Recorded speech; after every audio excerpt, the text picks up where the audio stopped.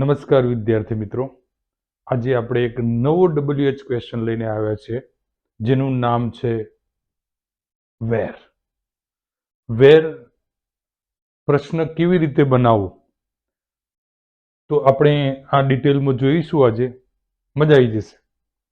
વેર એનો અર્થ થાય છે ક્યાં, એટલે કે કોઈ જગ્યા કે સ્થળ વિશે આપણે જાણવું હોય કે સ્થળ ક્યાં છે, જગ્યા ક્યાં છે, તો એના વિશે આપણે વેરથી પ્રશ્ન બનાવીએ. એટલે સ્થળ કે જગ્યા જાણવા માટે. એટલે જો વાક્યની અંદર સ્થળ દર્શક શબ્દોની નીચે જો અંડરલાઈન કરેલી હોય, લીટી દોરેલી હોય, તો સમજી લેવાનું કે આપણે વેરથી પ્રશ્ન બનાવવાનો છે. હવે એનું ફોર્મેશન આવું હોય કે વેર પછી સહાયકારક ક્રિયાપદ. એટલે સહાયકારક ક્રિયાપદ વાક્યની અંદર, આ વાક્યની અંદર જે સહાયકારક ક્રિયાપદ હોય એનો ઉપયોગ થાય. પછી આવે કર્તા ક્રિયાપદ અને પછી આવે અન્ય પદ. અહીં એક્ઝામ્પલ આપેલા છે. Jiya calls her friend at the office. હવે એટ ધ ઓફિસ નીચે અંડરલાઈન કરેલી છે એટલે એ જગ્યા છે. હવે પ્રશ્ન બનાવવો હોય, જગ્યા જ્યારે પણ હોય ત્યારે વેરથી પ્રશ્ન બનાવવાનું, વેર.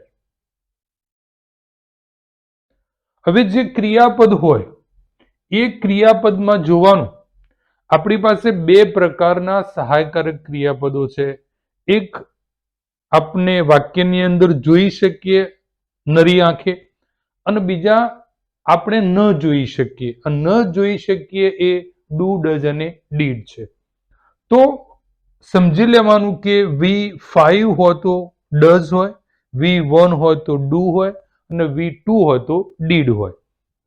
એટલે V5 છે એટલે આપણે ડઝ લઈશું. Does Jiya call.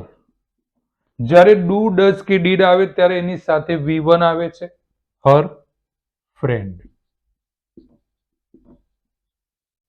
ક્વેશ્ચનમાં બીજું એક્ઝામ્પલ છે, the thief hid behind the cupboard. તો બિહાઇન્ડ ધ કબર્ડ એ સ્થળનું નામ છે, તો આપણે એને બનાવીશું વેરથી. તો વેર. હવે જો અહીંયા ક્રિયાપદ હિડ છે એનો મતલબ કે V2 છે. જ્યારે પણ V2 હોય એટલે એની અંદર છુપાયેલ સહાયકારક ક્રિયાપદ ડીડ હોય, એટલે આપણે એને બહાર કાઢીશું, ડીડ. પછી કરતા ધ થીફ, પછી V1 હાઇડ, ક્વેશ્ચનમાં. એટલે where did the thief hide. એવી જ રીતે ત્રીજું વાક્ય છે, Disha will meet Ayush in the market. તો જગ્યા કઈ છે? In the market. તો વેરથી પ્રશ્ન બનાવીશું, વેર. અને સહાયકારક ક્રિયાપદ વિલ છે એટલે વિલ. પછી દિશા મીટ આયુષ, ક્વેશ્ચનમાં. એટલે વાક્યની અંદર જે કાળ હોય એ કાળનું જ ક્રિયાપદ આવે, સહાયકારક ક્રિયાપદ. જ્યારે પણ પ્રશ્ન બનાવતા હોય ત્યારે કાળ બદલાતો નથી, એટલું ધ્યાન રાખવાનું.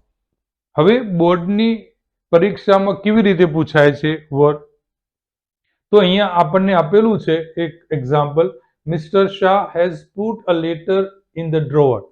હવે મેં અગાઉના WH ક્વેશ્ચનમાં પણ ચર્ચા કરેલી છે કે જ્યારે પણ આ પ્રકારનો પ્રશ્ન આપણે એટેન્ડ કરતા હોઈએ ત્યારે હંમેશા યાદ રાખવાનું કે પહેલા કયા ઓપ્શન દૂર કરવા છે.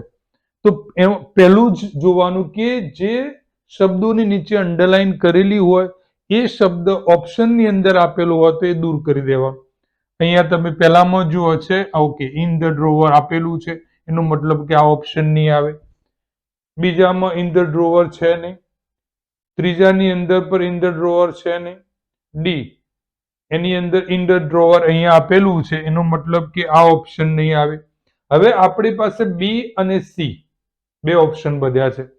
હવે બીજા નંબરે જોવાનું કે કાળ બંનેમાં સેમ છે. તો અહીંયા હેઝ છે મતલબ કે પૂર્ણ વર્તમાન કાળ છે. તો અહીંયા તમે જુઓ કે અહીંયા ભૂતકાળ છે, એનો મતલબ કે આ પણ નહીં આવે. એટલે આપણને સીધો જવાબ મળી ગયો ઓપ્શન સી, કે where has mister Shah put a letter. તો આવી રીતે આપણે વિકલ્પ પસંદ કરવાનો સહેલાઈથી.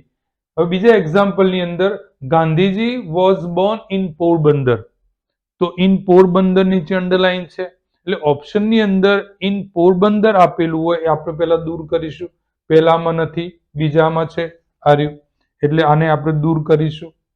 ઓપ્શન સી ની અંદર પણ પોરબંદર આપેલું છે, એને પણ દૂર કરીશું. ઓપ્શન ડી ની અંદર પણ પોરબંદર આપેલું છે, એને પણ દૂર કરીશું. એટલે આપણો જવાબ બચે છે એ, વેર વોઝ ગાંધીજી બોર્ન.